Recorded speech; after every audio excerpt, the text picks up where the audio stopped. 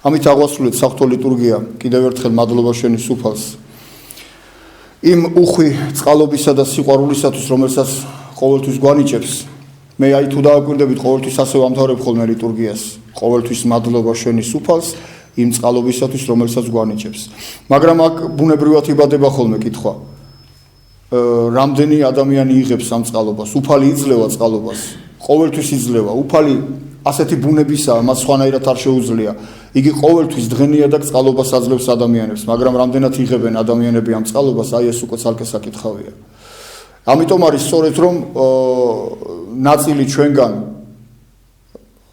ცხოვრობთ ხოლო ნაწილი ვარსებობთ ხოლო ნაწილი ვადიდებთ უფალს ნაწილი კიდე მხოლოდ საკუთარ თავს ადიდებს ამიტომ არის რომ ყველაფერი თავდაყირადგა თითქოს და აი ნახეთ როგორი საოცარია თითქოს ყველაფერი ქრისტიანები დღევანდელი ქრისტიანები უფალს ესაუბრებიან ყოველთვის ლოცულობენ მარხულობენ აი ეხლა მარხვა სადიდებელად უფლისა შეძლებს და გვარად იღწვიან და ამავდროულად უფალს თხოვენ სიკეთეებს და მაინც არ არის წყალობა თითქოს და მაინც რაღაც პრობლემა აქვს ყველას მაინც უბედურები ვართ ადამიანური საზომით რა თქმა უნდა რაშია საქმე რა ხდება რა პრობლემაა რატომ არის რომ ადამიანები ეძებენ ბედნიერებას უფალთან მაინც ვერ პოულობენ ალბათ იმიტომ რომ სწორად არ ვეძებთ არა გვაქვს სწორი მიდგომები და არა გვაქვს სწორი შეფასებები მოვლენებისა ჩვენ ყოველთვის ძალიან ხშირად და თითქმის ყოველთვის უფრო მეტად ამ ქვეყნიურ სიკეთეებს ვეძებთ ვიდრე იმ ქვეყნიურს უფრო მეტად ზრუნავთ ამ ქვეყნიურზე ვიდრე იმ ქვეყნიურზე ხოლო უფალმა დაგვავიწყდა რომ თავის დროზე თქვა ჩემი მეფობა არ არის ამ ქვეყნიური არამედ იმ ქვეყნიურიო ამ წუთისოფლის ბატონი ეშმაკია და ჩვენ როდესაც ამ ქვეყნიურს ვითხოვთ ყოველთვის ბუნებრივია რომ ვერ ვიღებთ რადგან ჩვენ უნდა უპირატეს ვითხოვდეთ როგორც უფალი ერთ ადგილზე კიდევ წმინდა წერილში ამბობს რომ შეხედეთ ველის შროშანებს როგორი მშვენიერები არიან და ისინი არაფერზე აზრუნავენ მათზე უფალი ზრუნავს რომ ასეთი მშვენიერები არიან ნუ უკვე ამ შროშანებზე უკეთესები აღარ ახართ ანუ ადამიანი ხო გვირგვინია ქმნილებისა ჩვენ რომ გქონდეს დუღარე სარწმუნოება ისეთი როგორც წმინდა მამებს ჰქონდათ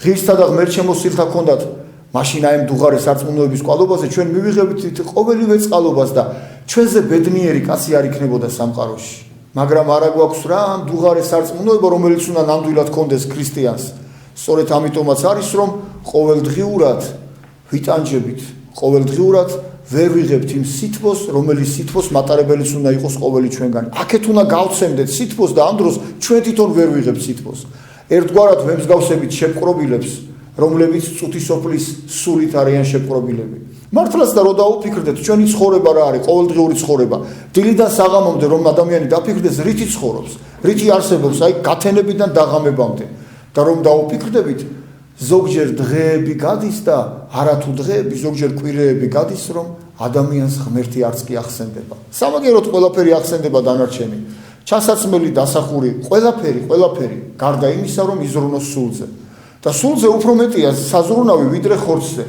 რა უნდა ხორცი ძალიან მინიმალურითაც კმაყოფილდება მაგრამ ჩვენი გაუხეშებული სულიერი მდგომარეობა უფრო და უფრო მეტს აფრთხოს აი დადგა ჟამი უკანასკნელი ჟამი თუ დაუკვირდებით აი პატარა ექსკურსია გავაკეთოთ წინა საუკუნეებში როგორ იყო აი ამას წინათ გავიხსენე რომ საეკლესიო კალენდარში თითქმის დღე არ გავა რომ წმინდანის ანუ მოწამის ხსენება არ იყოს ფაქტიურად ეკლესიათა ბურჯნი არიან მოწამენი იმიტომ რომ ყოველ დღე რომელიღაცა მოწამის ხსენებაა ანუ რა არის ნახეთ ძველად როგორ ცხოვრობდნენ რა ცხოვრებით ცხოვრობდნენ ადამიანები რომ უფლის სიყვარულის გამო მათთვის არაფერი არ იყო ამ ცხოვრების მიტოვება არაფერი არ იყო საკუთარი სიცოცხლე ანუ არაფრად არ მიაჩნდათ საკუთარი სიცოცხლე ყველაზე მთავარი და ყველაზე დიდი ფასეულობა რაც კი რამე მათთვის არსებობდა ამ სამყაროში იყო უფალი და უფალთან ყოფნა და სწორედ ამიტომაც იყო რომ მრავალი ვიცით ჩვენ წმინდათა ცხოვრებიდან როდესაც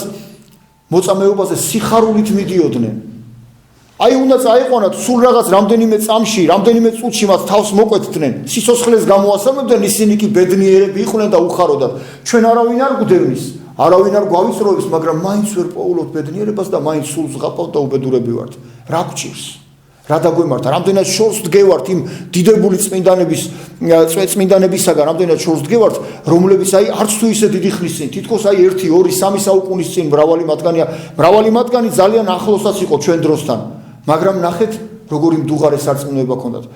სწორედ ამიტომ არის მიზეზი, ეს არის სწორედ მიზეზი იმისა, რომ ჩვენ ვერ პოულობთ სიხარულს ვერც ამ ქვეყანაზე და გვაქვს ნაკლებ მორწმუნეობა. სარწმუნოებაშიც ვარ შერყეულები, იმიტომ რომ ადამიანს რომ კონდეს დუღარი სარწმუნოება, სარწმუნოებრივი დუღილი სწორედ ის არის, რომ იგი ძალიან იოლად ითმენს ყოველგვარ შეჭირვებას. როდესაც ადამიანს აქვს დუღარი სარწმუნოება, მისთვის არაფერი აღარ არის ამ ქვეყნიური პრობლემები. მას უკვე ხატოვნად ვიტყვი, როზგების რომ დაარტყა ზურგზე, ტკივილს ვეღარ განიცდის, როდესაც ადამიანს დუღარი სარწმუნოება აქვს. ეს რა თქმა უნდა პირდაპირ გაგებით არ იგულისხმება, არამედ ხატოვნად გითხარით რომ ვიტყვი მეთქი. ასე რომ შედარება კიდევ მარტივი რომ გავაკეთოთ, არიან ადამიანები მორწმუნეთა ოჯახები, რომლებსაც მრავალი შვილი ყავს. მე ადრეც მithქვამს, კიდევ გავიმეორებ. გამეორება ხო ცოდნის დედაა. ბევრი შვილი ყავს ზოგიერთს, მორწმუნეთა შორის ბევრია, ზოგს 10, 12 და უფრო მეტი შვილიც კი ყავს.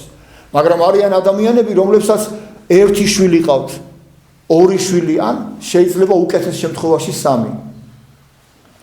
და ნახეთ, ეს 1 შვილიანები, რომლებსაც თითქოს და არანაირი საზრუნავი არ უნდა ქონდეთ ამ ქვეყნიური, გაცილებით უფრო უბედურნი არიან, ვიდრე ისინი, ვისაც 12 შვილი ყავს.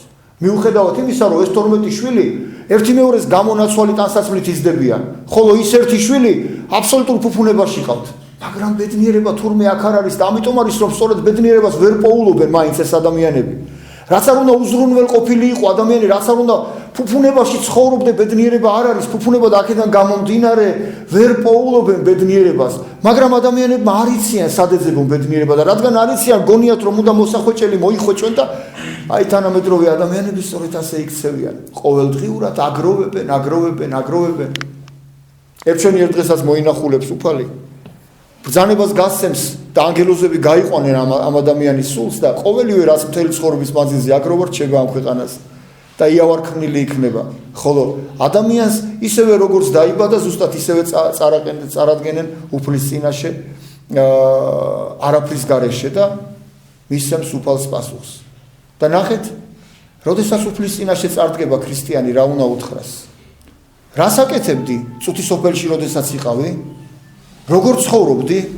და ბუნებრივია, პასუხები ალბათ სავარაუდოდ თანამედროვე ქრისტიანის პასუხები იქნება ასეთი, რომ მე მაგალითად მუშაობდი თანამდებობაზე და რას აკეთებდი, რა სიკეთე გაგიკეთებია ამ თანამდებობაზე? ზრუნავდა საკუთარ კეთილდღეობაზე, ზრუნავდა შესაძლო ახლობლების კეთილდღეობაზე, მაგრამ არამც არ ზრუნავდა სულიერებაზე. სულიერი ხედვა დახშობილი აქვს თანამედროვე ადამიანს. აქ მარტო თანამდებობის პირზე არაა საუბარი, შეიძლება ადამიანი რიგითი მუშა იყოს, მაგრამ მასაც სულიერი ხედვა დახშობილი კონდეს. მე აქცენტს მაინც და მაინც თანამდებობაზე კი არ ვაკეთებ, არამედ ვაკეთებ ადამიანის მდგომარეობაზე, რომ თანამედროვე ადამიანს სულიერი ხედვა აღარ აქვს. განსხვავებით ძველი ადამიანისაგან, რომელიც მოწამეთ მიდიოდა და ბედნიერი იყო. სულ რაღაც 2 წუთის მერე უნდა მოეკლას და ამითი ბედნიერი იყო, იმიტომ რომ უფალთან შესახვედრად ემზადებოდა და ის მთელი ცხოვრება ემზადებოდა და მზად იყო იმ წამსვე უფალს შეხვედროდა და ამით ბედნიერი იყო ადამიანი. საკუთარი თავი რომ წარმოვიდგინოთ იმ ადამიანის ადგილზე, რამხელა სასუსაკოთაში ჩავარდებოდა ყოველი ჩვენგანი. იმიტომ რომ არა გვაქვს მდუღარე სარწმუნოება, რომელიც მდუღარე სარწმუნოებითაც იყვნენ აღჭურვილნი ძველი მამები. არა მარტო მამები, ჩვენ უამრავი ადამიანი არ ვიცით უბრალოდ როგორი ცხოვრები ცხოვრობდა. ჩვენი უახლოესი წინაპრები თუნდაც იმხელა მდუღარე სარწმუნოება ჰქონდათ. და სწორედ ამიტომაც არის, რომ თუ დაუკვირდებით მეცნიერული პროგრესი სულ რაღაც ბოლო 2 საუკუნის შემდეგ, მე-19 საუკუნის მიწურულს მე-20 დასაწყისში დაიწყო პროგრესი და დღეს უკვე ნანოტექნოლოგიებზე საუბრობენ და უკაცრავად და კოსმოსში ტურისტებად მეფრინავენ, რომელიც ესეთი რამ ხო წარმოუდგენელი იყო 2 საუკუნის წინ. წარმოუდგენელი იყო, დღეს იქამდე გავითარდა. რაც უფრო კლებულობს ადამიანებში სულიერება, მით უფრო წინ მიდის ადამიანური ტექნიკურად. მეცნიერული კუთხით ადამიანი უფრო და უფრო წინ მიდის.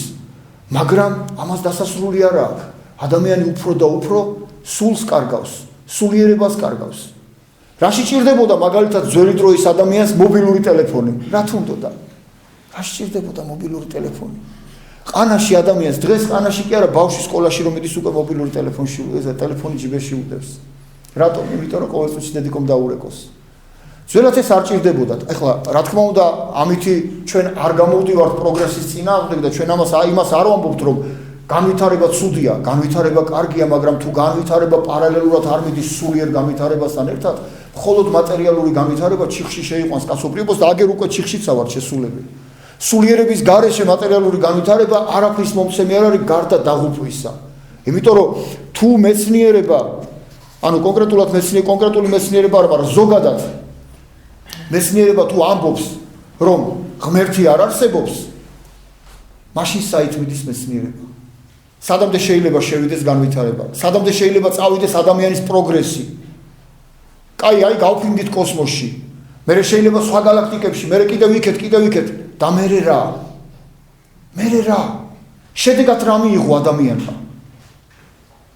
განა ისევ ისი არ დარჩა როგორც ადრე იყო მზე ისევ აღმოსავლეთიდან არ ამოდის და დასავლეთში არ ჩადის განა დინარეები ისევ ზემოდან ქვემოთ არ მოედინებიან თუ რამე შეიცვალა ფიზიკის კანონებში და თუ წინა საუკუნეებში ადამიანებისთვის საზრუნავ იყო უფალთან ყოფნა და სულის გაღრმავება საუფლო მცნებებში დღეს ადამიანები უკვე ამაზე აღარ ფიქრობენ დღეს ადამიანები ფიქრობენ ძალიან რაღაც უბრალო ძალიან მატერიალურზე მაგალითად რა ჩაიცვან რა დაიხურონ სად წავიდნენ ზაფხულში დასასვენებლად რომ კურორტზე წავიდნენ ზამთარში საციგურაოც და კიდევ მრავალ რაღაც სისულელეებზე ამას სისულელეებს დავარქმევთ სხვა ვერაფერს ვერ დავარქმევთ იმიტომ რომ ყოველივე წარმავალია ჩვენ კარგად ვიცით რა თქმა უნდა ეს არ ნიშნავს იმას რომ ყოველივეს უარყოფთ ყველაფერს ზომა და წონა აქვს აი ხო ამბობენ ერთნი ამბობენ მაგალითად ტელევიზორის ყურება ცოდვაა არა ჩემო კეთილო ტელევიზორის ყურება ცოდვა არ არის მაგრამ უზომოდ ტელევიზორის ყურება ბუნებრივია ცოდვაა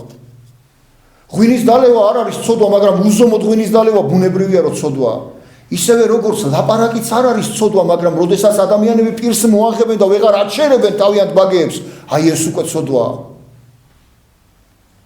ზომიერების ფარგლებში არაფერი ცოდვა არ არის მაგრამ ზღვარს გადასული ყველაფერი ცოდვაა და ზღვარს გადასული ამ ქვეყანაზე ზრუნვა ზღვარს გადასული მატერიალიზმი ბუნებრივია რომ ცოდვაა იმიტომ რომ ამ დროს სული კვდება სულზე აღარ ზრუნავს ადამიანი აი ნახეთ გავიღვიძეთ აი დილას წამოვდექით სხეულზე ვიზრუნეთ ტანსაცმელი შევიმოსეთ პირი დავიბანეთ ჯაგრისი გამოვიყენეთ კბილები აი ნახეთ როგორი აი სადამდე მივიდა ადამიანი ყველაფერზე ვზრუნავთ ყველაფერზე და საბოლოო ჯამში სულზე არ ზრუნავს ადამიანი გავა ერთი დღე ორი დღე აი როგორ არის თანამედროვე ქრისტიანები მაყოფილდებიან იმით რომ მხოლოდ დილას საღამოს ლოცვები წაიკითხონ და თურმე ეს არის უკვე ზრუნა სულზე დილას საღამოს ლოცვები იცით როგორ მდგომარეობაა ადამიანი რომ სუნთქავს არის ამაში რამე გასაკვირი ხო არავინ არ აპროტესტებს იმას რომ ადამიანი სუნთქავს როგორ გააპროტესტებს ეს ხო ბუნებრივი მდგომარეობაა ადამიანი სუნთქავს წყალი როდესაც მოგწყურდება და წყალს დალევ განა ეს რამე საოცრება მოხდა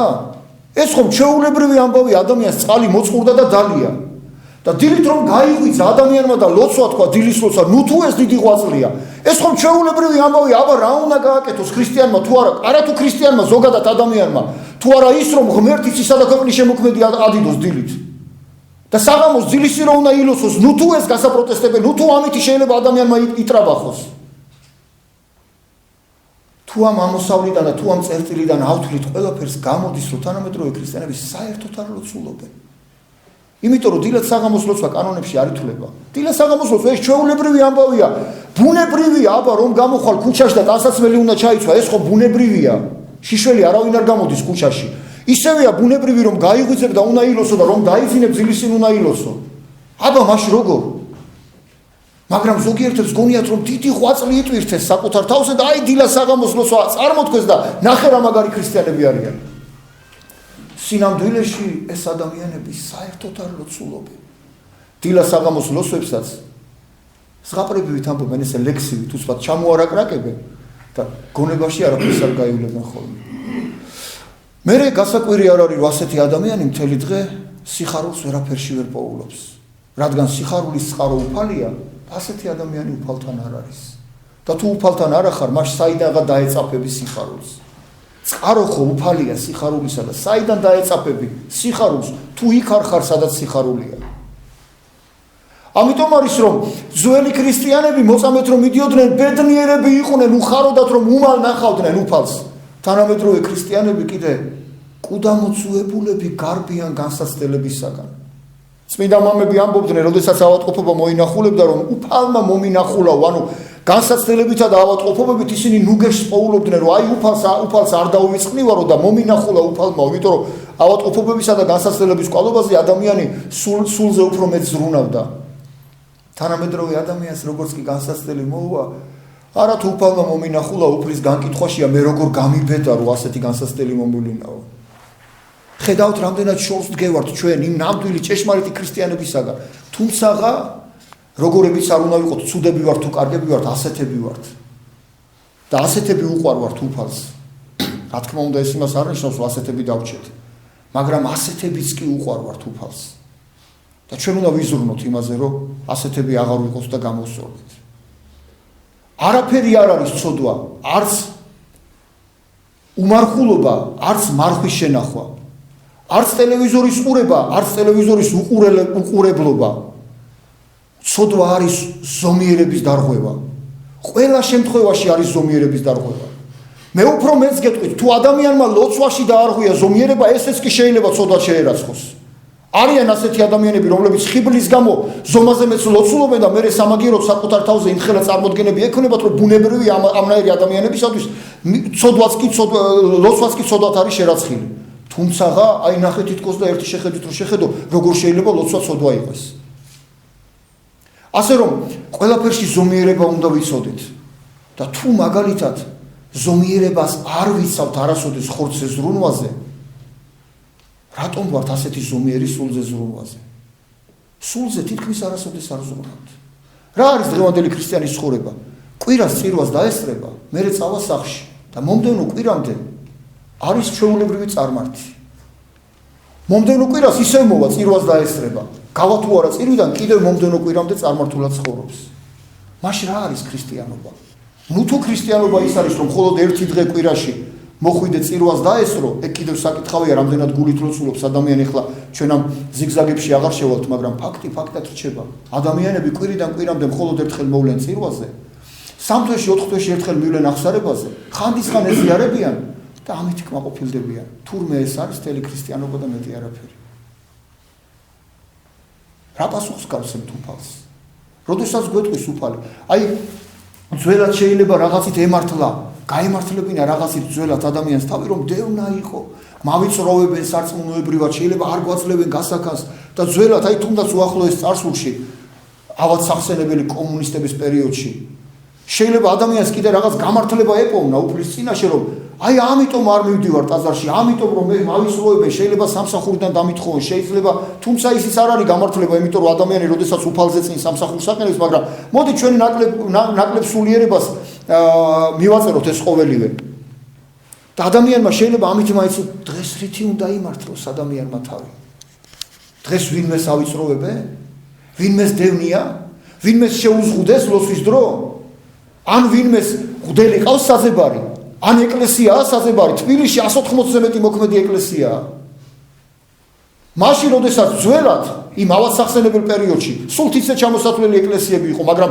იმ ავადსახსენებელ პერიოდში გაცილებით უფრო მდუღარე სარწმუნება ჰქონდათ მორწმუნეებს რომლებიც ტაძარში დადიოდნენ იმიტომ რომ ეკლიან ბილიკებს გაივლიდნენ ხოლმე და მაინც მიდიოდნენ უფალთან დღეს კიდევ წითელ ხალიჩებს უფენთ ვეხვეწებით მოდით წირვაზე მოდით ლოცვაზე მაგრამ ხალხს მაინც ეზარება მაინც არ უნდათ არ ვიცი უფალი არ უნდათ არ ვიცი უბრალოდ ეკლესიის გარეშე ცხონებას აპირებენ არ ვიცი რას აპირებენ მაგრამ ფაქტი ფაქტად რჩება ვერც ეკლესიის გარეთ ცხონდება ვერავინ და ვერც უფლის გარეშე ცხონდება ვერავინ და თავს იტყუებენ თუ ვინმე ასე ფიქრობს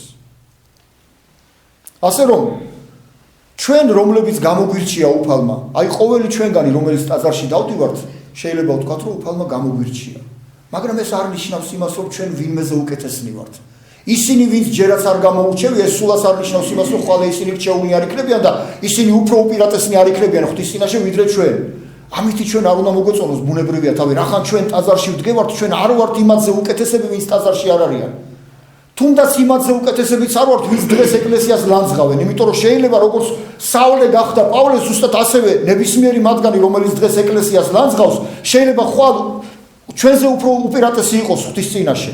არავინ არ იცის, ამიტომ ჩვენ არ უნდა განვიკითხოთ არავინ. ჩვენ უფალი ამის ბრძანებას გვაძლევს, რომ არავინ არ განვიკითხოთ ამ წუთის ოფერში, რადგან უფალია ყოველი ადამიანის გამკითხველი. მაგრამ რახან მოგცა ამ ხელა წყალობა და ჩვენ დღეს ტაძარში ვდგავართ, ეს იმას ნიშნავს, რომ საკუთარ თავზე ცოტა ტვირთიც უნდა ვიტვირთოთ. მარტო ის ხო არ არის, ვაი მოვედი წირვას დავესწარი წავედი. მერე წავიდა მთელი კვირა სამსახური ოჯახი, ნათესავები მისვლა, მოსვლა. მერე დადგა კვირა ისე მოვედი. ამითი არ უნდა დავკმაყოფილდეთ, რადგან ეს არ არის ქრისტიანობა.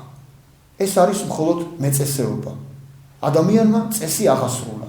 ეს არის მეწესეობა. დილას აღამოსვლასაც წაიკითხა, წესი აღასრულა. წირვაზე მივიდა, აბა როგორ ქრისტიანი წირვაზე უნდა მივიდეს, აბა სად უნდა წავიდეს, ესაც წესი აღასრულა. მაგრამ მოდი ყველამ საკუთარ თავს ის კითხოს, ამ კვირის განმავლობაში რამდენი წყალობა მივეცი, რამდენ გლახაკს გაუმართე ხელი, რამდენი დავლოცე, რამდენი სიკეთე გავაკეთე. ავატყოფი მოვინახულე, ან პატიმარს ნუგეში ვეცი, ან რამე მსგავსი გავაკეთე და აღმოვაჩენთ, რომ არაფერიც არ გავიკეთებია. მხოლოდ წირვაზე მოვედით და წავედით. და ხიბლში ვართ. მოხიბლულები ვართ იმითი, რომ წირვაზე მოვდივართ, ისის რის ვაივაგლახით მოვდივართ, თავში არაფერი არ შედის და მერე მივდივართ და იმდენად კმაყოფილები ვართ ამით, რომ სულ არ გვახსენდება, რომ ჩვენ სირგული უამრავი გაჭირვებული ცხოვრობს. და ვიღაცას თქვენი ღიმილიც კი შეიძლება სალბუნად დაედოს გულზე. და ღიმილიც კი გვეზარება ხო? არა თუ უცხოს ერთი მეორესაც აღარ უღიმივართ ხოლმე. გვერდიდან შევხედოთ საკუთარ თავს, როგორი დაღურემილები დავდივართ და დაბოღმილები. არ ვიცი რამ გაგვაბრაზა ამისთან რატომ ვარ დაბოღმილები, მაგრამ ფაქტია, სარკეში უნდა ხშირად ჩავიხედოთ. ისე სარკე კი გვაქვს ყველა სახში და ხშირად უნდა ჩავიხედოთ, რას ვგევართ. და აღმოვაჩენთ, რომ არაფრით განსხვავდებით აი წარმართებისაგან, რომლებიც დღეს ტაძარში არ დგანან. ერთადერთი განსხვავება ის არის, რომ ხანდისხან აღსარებას ვამბობთ ხოლმე. ზოგი ხანდისხანაც არ ამბობს აღსარებას. ასე რომ ყველაზე კარგი იქნება, რომ უფლის ცნებები აღვასრულოთ და ცნებათა შორის ყველა ცნებების დედა ცნებები არის ორადორი, რომელიც უფალმა გითხრა. შეიყვარე უფალი ყოვლითა გულითა, ყოვლითა გონებითა და შეიყვარე მოყვასი როგორც საკუთარი თავი. აი ამით აღვასრულებთ ყოველივეს. ჩვენ ხომ ერთმანეთს რო განვიკითხავთ, სად არის სიყვარული? სიყვარული არ არის.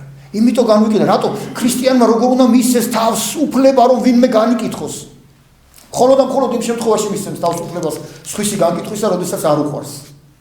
შეიძლება საკუთარმა მამამ შვილი განიკითხოს, მამა შვილს არასოდეს არ განიკითხავს. იმიტომ რომ შვილია და უყვარს. მაგრამ მეზობელს განიკითხავს, იმიტომ რომ ის არ უყვარს. ნათესავსაც განიკითხავს, ყველას განიკითხავს. იმიტომ რომ სიყვარული არა გვაქვს. და თუ სიყვარული არა გვაქვს, მაშინ იოანე ღვთისმეტყველმა რისთვის თქვა, რომ ღმერთი სიყვარულიაო. გამოდის რომ ღმერთი არ აყავს გულებში. რახან სიყვარული არ აგვაქვს, ესე იგი ღმერთი არ აყავს გულებში და ესე იგი უღმერთონი ვართ. მაშინ როგორ კაცო, ქრისტიანს სიყვარული არ აქვს, რანაირი ქრისტიანია? ქრისტემ ყველა შეიყვარა და შენ თუ ქრისტეს მიმდევარი ხარ, როგორ შეიძლება შენ მიმებრძოლდეს? გამოდის რომ ქრისტეს გარეშე ხარ, თავს იტყუებ, ტყუილად ამბობ რომ ქრისტიანი ხარ, სინამდვილეში არ ხარ, ცხოვრების წესით და არც არანაირად. ასე რომ, აი ეს ორი უმთავრესი ცნება არის, რომელიც არის მამოძრავებელი ძალა ყოველი ჩვენგანისა. სიყვარული უფლისა და სიყვარული მოყვასისა. როდესაც გიყვარს, ბუნებრივია, მე გლახაკსაც ხელს გაუმართავ, მეზობელსაც გაუღიმებ ქუჩაში რომ შეგხვდება, ყველას თბილად მოიკითხავ, ნათესავთანაც მიხვალ, ნათესავით სიხარულით მოვა, ყველას გაუხარდება, აი და კარგად ახართ ალბათ დაკვირვებულები, ნათესავები ერთი მეორეს მხოლოდ გარდაცვლილზე ნახულობენ. არა ხართ დაკვირვებულები? ვინმე რომ გარდაიცვლება, მხოლოდ მაშინ ნახულობენ ნათესავები ერთმანეთს და მერე ერთმანეთს მოუსაყვედურებენ, აბა მაინც და მაინც მიცვალებულზე უნდა ვნახოთ ერთმანეთიო თითქოს და. რატომ? რა არის მიზეზი იმისა, რომ მხოლოდ მიცვალებულზე ნახული? იმიტომ რომ მიცვალებულზე მეტი გასახანი არ აქვს ადამიანს, ყველა ვარიანტში უნდა მივიდეს. ნათესავია და უნდა ჭილის უფალს მიუსამძიმროს, ხო? და იქ ხახდებიან ერთმანეთს. არა აქვთ ერთმანეთის სიყვარული და იმიტომაც არის, რომ ერთი მეორესთან მისვლა მოსვლაც არ არის. არავინ ერთმანეთს არ მოინახულებს. როგორ შეიძლება ადამიანი რომელიც არ გიყვარს ახვიდე და სიხარულით მოინახულო ეს ხო ტანჯვა იქნება შენთვის უსიყვარულო ადამიანისთვის და სწორედ ეს არის მიზეზი რომ ერთმანეთს არასოდეს არ მოიკითხავენ შევიძინოთ სიყვარული და მხოლოდ ამ შემთხვევაში ვიქნებით ბედნიერები რადგან ბედნიერების წყარო თავად უფალია და თუ იმ წყაროს არ ახარ დაწაფებული სადაც ბედნიერება მოდის შეუძლებელი ადამიანმა ბედნიერება მოიპოვოს აი ეს არის მიზეზი რომ თანამედროვე არათუ არა ქრისტიანების კი უბედურები ვართ რომ ჩვენ ერთის შეხედვით თითქოს და ქრისტეს მსახურნი ვართ და მეორე სინამდვილეში რეალურად ქრისტეს ცნებების საწინააღმდეგოდ ცხოვრობთ და ალბათ უკვე დროა შემოუბრუნდეთ უფლისაკენ ღმერთმა დაგლოცოთ და მადლი და ძალა მოგცეს იმისა რომ საღვთო სიყვარული შევიძინოთ ამინ